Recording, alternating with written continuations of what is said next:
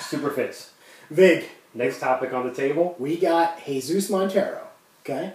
Catcher of the future, right? Down there in AAA right now, playing his heart out, trying to get up to the big leagues. What's going on with him next season? Where do we see him, come April? Well, first of all, who was talking about Jesus Montero 5 years ago when we were having beers at Demeter's? I believe he was like 9 years old at that point. And Vig knew that come 2011, 2012, Montero was going to be ready to get his shot, in the Bronx. Well, the big thing is, and we'll do plenty of posts about this down the road, I'm sure, but the big thing is that Fitz and Vig, we really only latch on to like one prospect at a time. Otherwise we're just thinking, even our blue chippers, they're trade bait, they're trade fodder. But Jesus Montero is someone that we latched on to even when he was a 16-year-old draftee, because he was just a total man-child. And he's always been young for whatever level he's been at. Right? So that's what Fitz and Vig love. So when a guy's 16 years old and he's playing A-ball, we're good. We dig him. I don't expect him to hit 350 because you know what? He is 16. He's 16. And everyone else is 18. They're 2 years of growth development on him. They're 17% older, right? So, when a kid's 18 and 19 and he's hitting 350 in A-ball, you and I are yawning. We're like, yeah, or whatever. He's supposed to be hitting 350 in A-ball. He's a year older than everyone else. So at this point, Jesus Montero, he's in AAA. He's 20 years old. He's spent the entire season in AAA. He's hit 290. He's done everything you could possibly do in order to prove himself to get to the big club next year.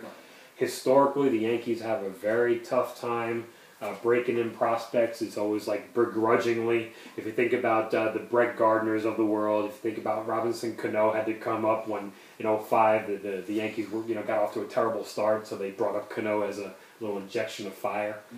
So historically, the Yankees have had a hard time bringing up the prospects, as Fitz. But to me, Jesus Montero has been groomed for the entire 2011 season. He didn't just break into AAA. He didn't start the season in AA.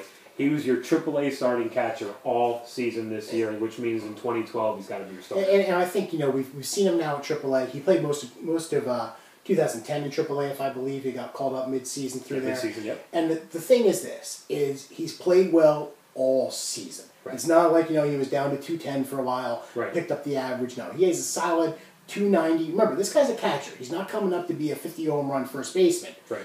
He's a catcher. His defense is serviceable. I want to say serviceable. Would take a step back from where we are with Russell Martin, but a big step up from where we've been with the Jorge Posadas for the past 5 years. Even the Francisco Cervellis, who maybe could throw a runner out going to third, but never once stealing second. Remember when Cervelli used to have a great arm? What happened there? That lasted for about a week.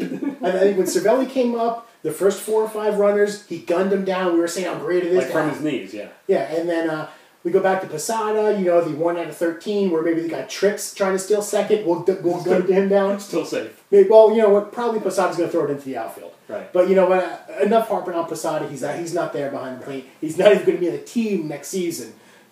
So really, it's going to be Montero's team. I think we can agree there. I think if Fitz and Vig were the GM, we could agree there. I'm going to foreshadow that the Yankees will have a difficult time committing to a rookie being their starting catcher for going into the 2012 season.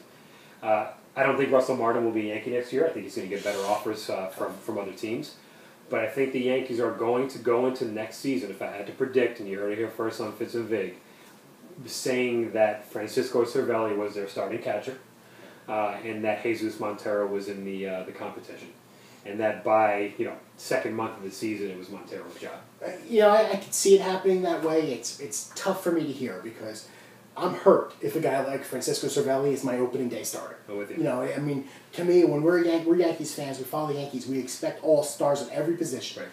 The only exclusion I'll give to that is when you're breaking in a rookie who could be an all-star 2 to 3 years down the road. Or shouldn't even say could be, should be, which Montero should be. Absolutely. So, Blue chipper. My issue is, do we have to handle Cervelli for all of April and May behind the plate, batting ninth, hitting 210, but 90% of the runners steal second? That's what's going to hurt me. Fitz and Vig, we're on the same page. The prediction, I think, is that we will have that type of dialogue going into spring training next season. Is Cervelli or whomever is the starter, but Montero's got a challenge for the job. Yeah. You heard it here first.